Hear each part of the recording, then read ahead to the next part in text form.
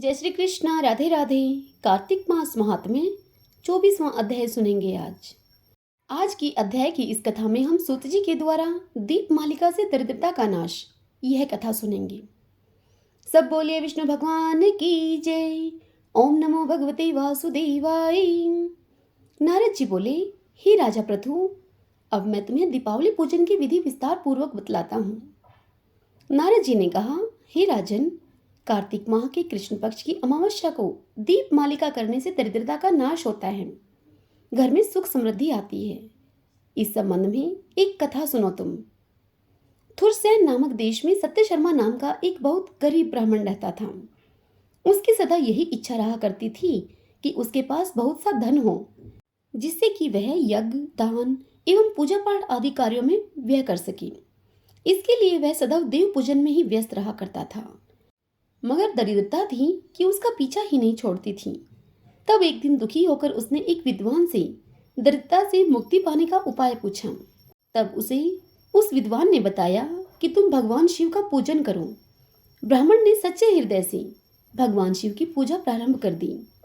जब 1 वर्ष बीत गया तो एक दिन उसकी आराधना से प्रसन्न होकर भगवान शिव ब्राह्मण का वेश धारण करके उसके पास आए और उससे बोले, हे विप्रवर, धन की प्राप्ति के लिए तुम राजा के पास जाओ और उसके पास जाकर उससे एक वरदान मांगो, और वह वरदान यह मांगना कि कार्तिक की अमावस्या को तुम्हारे सिवाय कोई भी अपने घर में दीपक न जलाए। राजा से यह वरदान पाने के पश्चात क्या करना है, यह सब बात समझाकर ब्राह्मण का वेश बनाकर आए वे भगवान शिव वहां से चले गए। तत्पश्चात वह ब्राह्मण अब राजा के पास पहुंच गया और फिर उसने राजा से यह वरदान मांगा।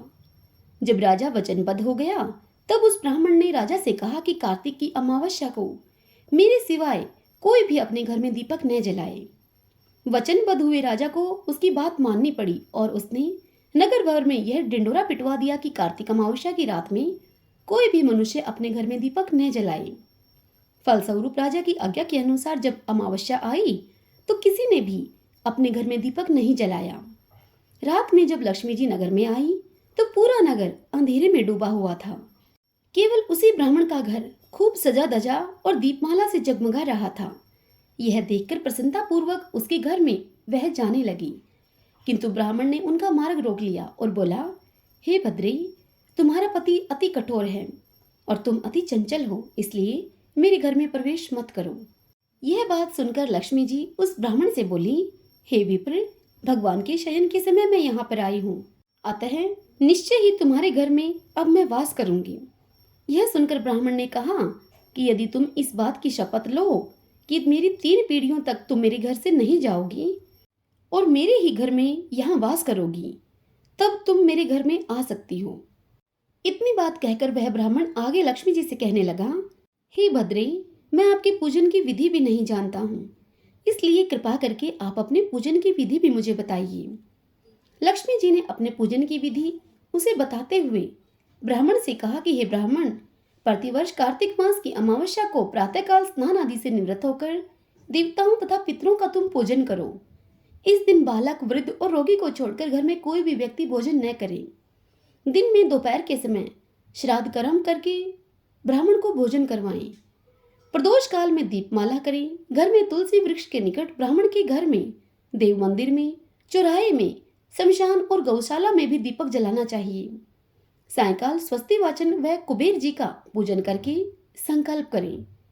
तत्पश्चात लक्ष्मी पूजन करके इस प्रकार से देवी लक्ष्मी को कहें कि हे कमलासन पर स्थित, कमल पुष्पों की माला धारण करने वाली, हे कमल नयनी, गंभीर नाभि वाली एवं स्तन के भार से नम्र सुंदर वस्त्रों वाली, देवताओं के हाथियों के द्वारा मणियुक्त घड़ों से स्नान करने वाली, हाथ में कमल धारण किए हुए ऐसी लक्ष्मी जी मेरे घर में निवास करें।